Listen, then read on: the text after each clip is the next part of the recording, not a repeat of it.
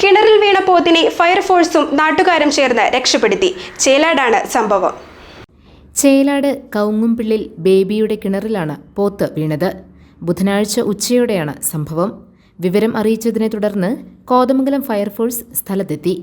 നാട്ടുകാരുടെ സഹായത്തോടെ വടം കെട്ടിയാണ് 15 അടിയോളം താഴ്ചയുള്ള കിണറിൽ നിന്ന് പോത്തിനെ കയറ്റിയത്.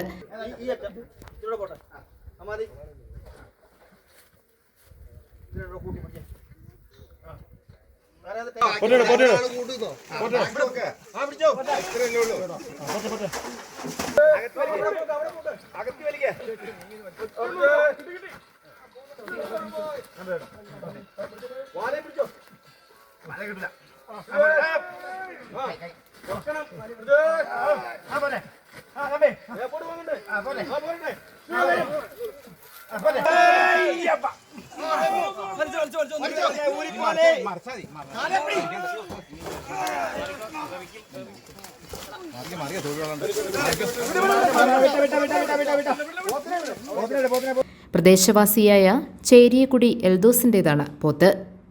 GTV news, Kothamangalam.